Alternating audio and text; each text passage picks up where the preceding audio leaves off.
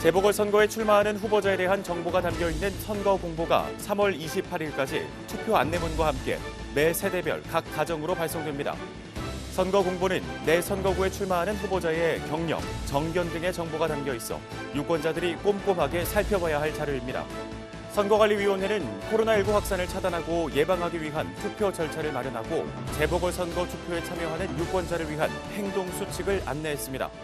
선거관리위원회가 오는 4월 7일 실시하는 재보궐선거와 관련해 유권자가 안심하고 투표할 수 있도록 코로나19 특별관리대책을 마련했습니다.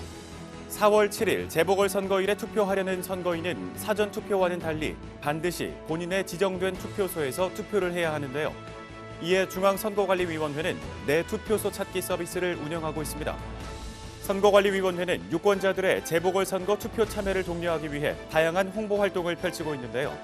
특히 코로나19로 인해 비대면 방식인 시설물이나 영상, SNS 등을 적극 활용하고 있습니다.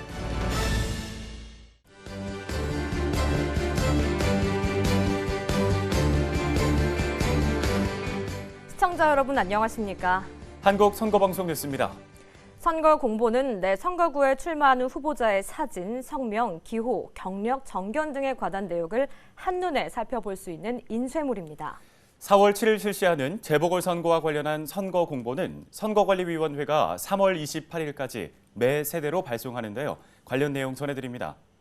4월 7일 재보궐선거가 실시되는 지역의 선거관리위원회는 3월 28일까지 후보자 선거 공보를 투표 안내문과 함께 매 세대별로 각 가정에 발송하며 발송 후 1일에서 2일 이내에 받아보실 수 있습니다.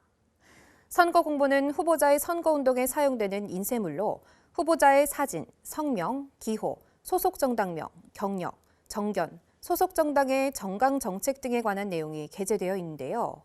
특히 후보자의 책자형 선거 공보 둘째 면에는 재산 상황, 병역 사항, 최근 5년간 소득세, 재산세, 종합부동산세 납부 및 체납 실적, 전과 기록, 직업, 학력, 경력 등 인적 사항이 게재되어 있습니다.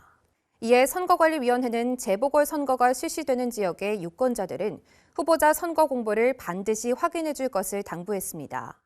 후보자에 대한 정보는 중앙선거관리위원회 홈페이지와 정책공약 알림이 사이트에서도 확인할 수 있습니다. 선거관리위원회는 후보자 선거 공보를 선거일인 4월 7일까지 정책공약 알림이 사이트를 통해 대국민에게 공개하는데요.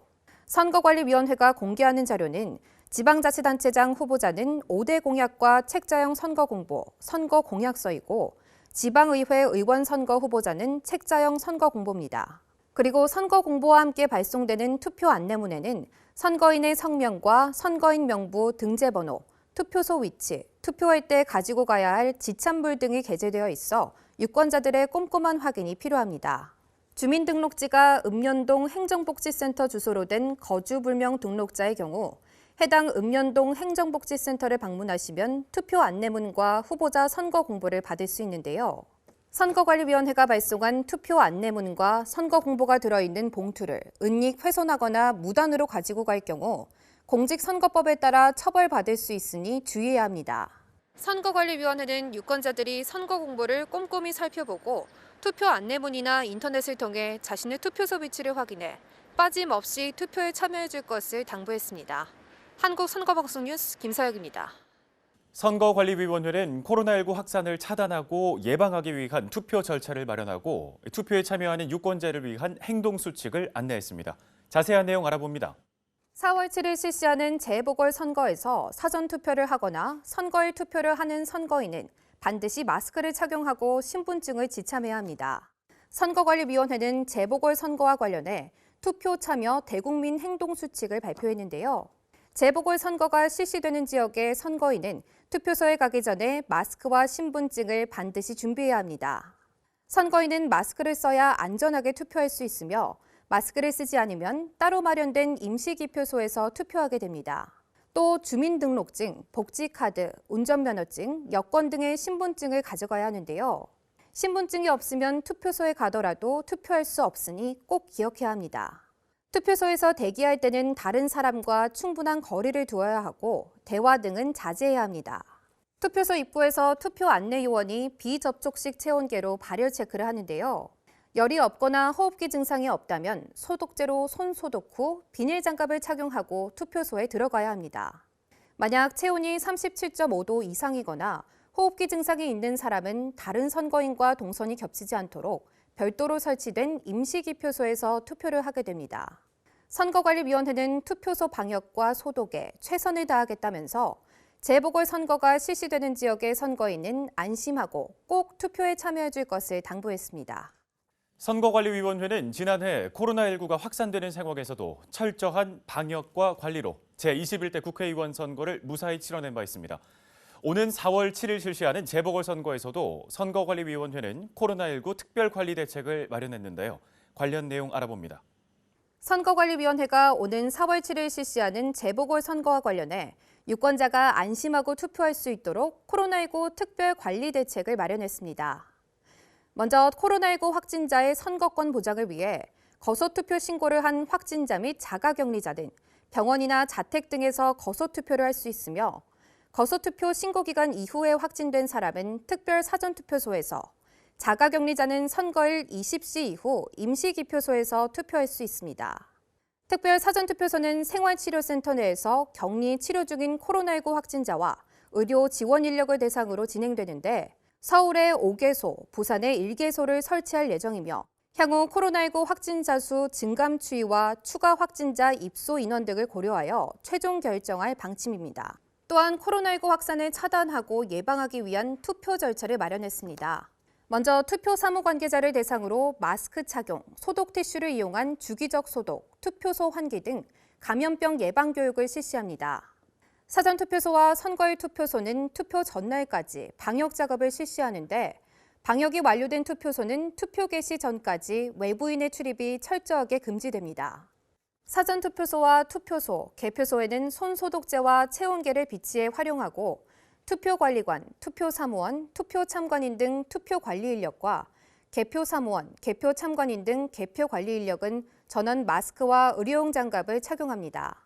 특히 발열 체크 담당 투표사무원과 유증상자가 이용하는 임시기표소 담당 투표사무원은 안전 확보를 위해 일회용 방수성 긴팔 가운을 추가 착용합니다. 중증장애인 등 이동지원 차량, 투표함 등 이송 차량, 교통불편 지역 교통편의 차량을 운행할 때도 운전자와 탑승자 등은 마스크를 착용하고 손소독제를 비치하는 등 위생관리에 만전을 기합니다. 사전투표 기간이나 선거일에 투표소에 오는 선거인은 반드시 마스크를 착용해야 합니다. 투표소 입구에서 선거인은 반드시 발열 체크를 해야 하는데요.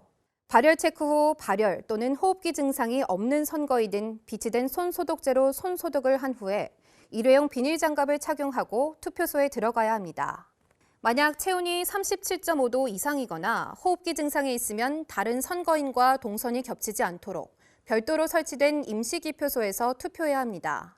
임시기표소는 소독 티슈를 이용해 계속적이고 반복적으로 소독하고 환기할 예정이니 안심해도 됩니다.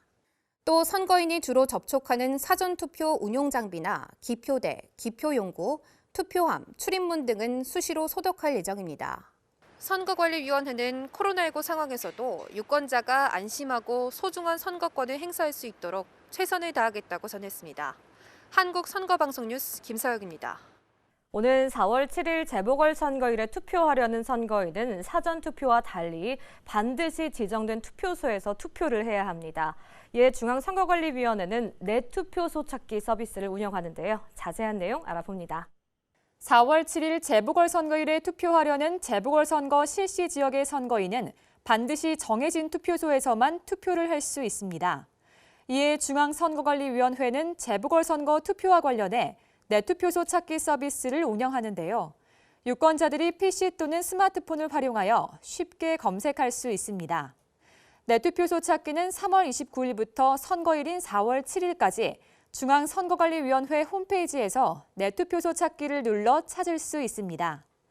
내투표소 찾기는 시도, 구시군, 생년월일, 성별, 주민번호 끝 3자리 등 선거인의 본인 정보를 입력해야 선거일 투표소와 위치를 검색할 수 있는데 이때 선거인이 입력하는 정보는 투표소 검색을 위한 정보로만 활용되며 별도로 저장되거나 다른 용도로 활용되지 않습니다. 또 내투표소는 선거 공보와 함께 우편으로 발송되는 투표 안내문에서도 확인할 수 있습니다. 매 세대별 각 가정으로 배달되는 투표 안내문에는 투표소가 설치된 건물명과 약도가 표시되어 있습니다. 한편 4월 7일 재보궐선거일에 투표할 수 없는 선거인은 4월 2일과 3일에 사전투표를 할 수 있습니다. 재보궐선거가 실시되는 지역의 선거인은 재보궐선거를 실시하는 지역의 읍면동마다 설치된 사전투표소에서 사전투표를 할 수 있는데요. 선거인이라면 가까운 사전투표소 어디에서나 신분증을 제시하고 사전투표가 가능합니다.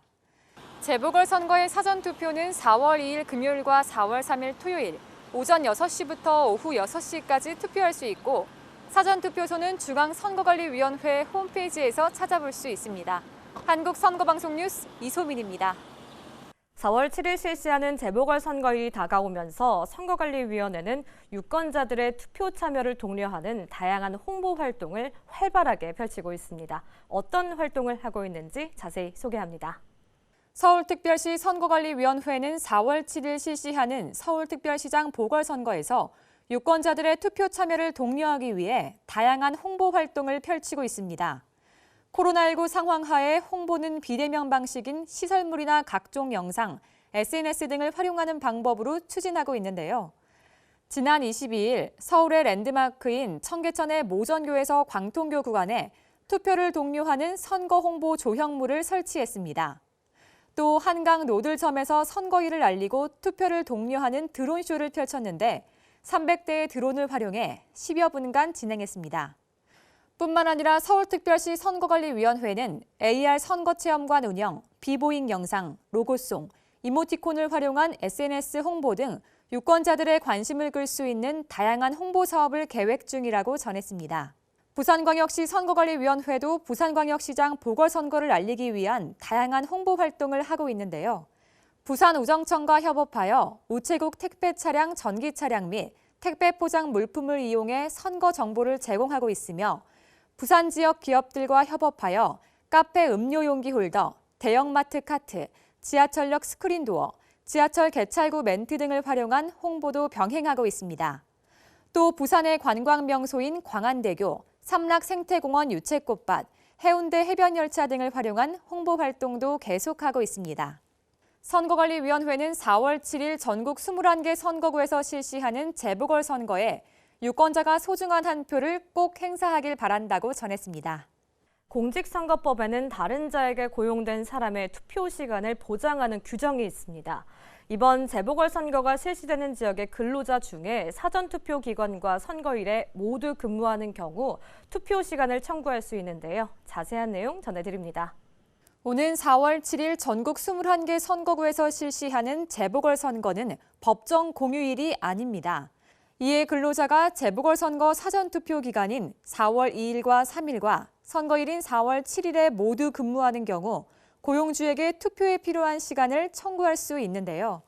공직선거법은 고용주는 근로자가 투표하기 위하여 필요한 시간을 청구하면 이를 보장해 주어야 하고 정당한 사유 없이 이를 보장하지 않으면 1,000만 원 이하의 과태료를 부과한다고 규정하고 있으며 공무원, 학생 또는 다른 사람에게 고용된 사람이 투표하기 위하여 필요한 시간은 보장되어야 하며 이를 휴무 또는 휴업으로 보지 아니한다고 규정하고 있습니다. 한편 고용주는 근로자가 투표하기 위하여 필요한 시간을 청구할 수 있다는 사실을 3월 31일부터 4월 4일까지 인터넷 홈페이지, 사보, 사내 게시판 등을 통해 알려야 합니다. 선거관리위원회는 4월 7일 재보궐선거를 앞두고 각종 매체나 계기 등을 이용하여 근로자의 투표 시간 보장 등 안내사항을 적극 홍보할 방침입니다. 중앙선거방송토론위원회는 후보자 TV토론의 중요성에 대한 국민적 공감대 형성 및 시청률 제고를 위해 3월 25일부터 4월 1일까지의 기간을 후보자 TV토론 주간으로 지정 운영합니다. 이 기간 동안 후보자 토론회는 당일 생방송뿐 아니라 다시 보기로도 시청할 수 있습니다. 관련 내용 전해드립니다. 4월 7일 실시하는 재보궐선거 후보자 토론회가 3월 25일부터 4월 1일까지 집중 개최됩니다. 공직선거법은 선거방송토론위원회 주간 후보자 토론회는 선거운동 기간 중 시도지사 및 구시군의 장선거 후보자를 대상으로 1회 이상 실시하도록 규정하고 있습니다. 초청 대상 선정은 국회에 5석 이상 소속 의원을 가진 정당 추천 후보자, 직전 대선, 비례대표 의원 선거에서 3% 이상을 득표한 정당 추천 후보자, 최근 4년 이내에 해당 선거구에서 실시된 대선, 지역구 국선, 지자체장 선거에서 10% 이상 득표한 후보자, 언론기관이 선거기간 개시일 전 30일부터 선거기간 개시일 전일까지의 사이에 실시하여 공표한 여론조사 결과 평균 지지율 5% 이상인 후보자입니다. 다만 초청 대상에 포함되지 아니하는 후보자를 대상으로 따로 대담 토론회를 개최할 수 있습니다. 후보자 토론회 주제는 유권자 주제 질문 공모와 정당, 사회단체, 학회 등을 통해 수집한 의제를 심층 검토하여 선정했습니다. 코로나19로 인해 토론회 등 비대면 방식이 선거운동의 중요한 수단이 되었기 때문에 유권자들이 후보자의 공약을 바로 알고 올바른 선택을 할 수 있도록 모든 토론회는 사전투표 기간 전에 개최합니다. 중앙선거방송 토론위원회가 개최하는 후보자 토론회는 중앙선거방송 토론위원회 및 중앙선거관리위원회 유튜브와 네이버 TV, 카카오 TV를 통해서도 실시간 생중계됩니다. 한편 중앙선거방송 토론위원회는 재보궐선거 후보자 토론회 다시 보기 서비스도 실시하는데 모바일을 포함한 중앙선거방송 토론위원회 홈페이지와 유튜브, 네이버 TV에서 서비스가 운영됩니다. 재보궐선거 후보자 토론회 다시 보기에서는 장애인과 고령자 등의 편의를 위한 자막이 제공되며 선거운동 기간 종료 후에도 중앙선거방송 토론위원회 홈페이지와 유튜브 등에서도 다시 볼 수 있습니다. 특히 서울특별시장 보궐선거와 부산광역시장 보궐선거 후보자 토론회는 한국선거방송을 통해서 재방송될 예정입니다.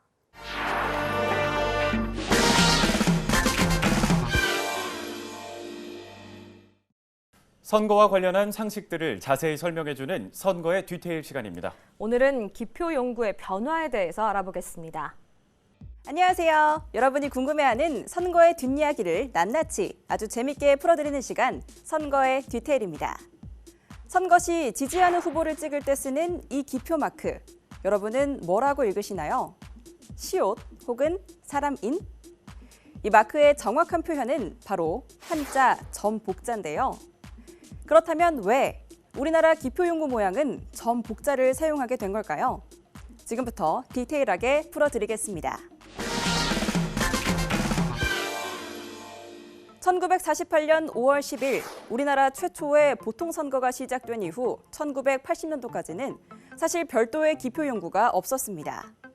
단순히 동그라미 모양만 표시하면 됐기 때문이죠. 덕분에 다양한 도구들이 총동원됐는데요. 대나무나 붓대, 나무까지는 기본이었고 한국전쟁을 전후해서는 주변에서 흔히 발견할 수 있는 탄피에 인주를 묻혀 사용하기도 했죠.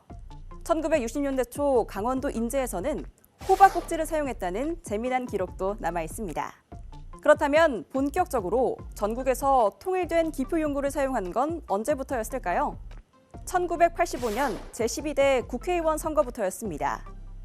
별다른 도구를 챙길 필요 없이 전국적으로 표준화된 플라스틱 기표용구에 인주를 묻혀 찍기만 하면 됐었죠. 그런데 예상치 못한 문제가 발생했습니다. 인주가 덜 마른 상태에서 투표용지를 접었더니 반대쪽에도 똑같은 동그라미가 찍혀버린 경우가 생긴 거죠. 결국 누구에게 투표한 건지 몰라 유무효 구분에 어려움이 있었고요. 이를 해결하기 위해 1992년 제14대 대선 때부터는 원 안에 사람 인자를 새긴 기표용구로 투표의 유무효를 구분했는데요. 안타깝게도 이 기표 모양은 의도와는 달리 오해를 불러오기도 했었죠. 이유인즉 시옷 모양을 한 사람 인자가 당시 대선 후보자 중 특정 후보를 연상시킨다는 거였죠. 심지어 기표 모양을 구경하다 무의식 중에 그 후보자에게 투표했다 하는 웃지 못할 주장까지 나올 정도였으니까요. 결국 선관위는 불필요한 오해를 없애기 위해 해당 기표용구의 기표 부분의 모양 교체를 결정. 1994년 통합선거법을 제정하며 동그라미 안에 점 복자를 넣은 현재의 기표용구를 사용하기 시작했습니다.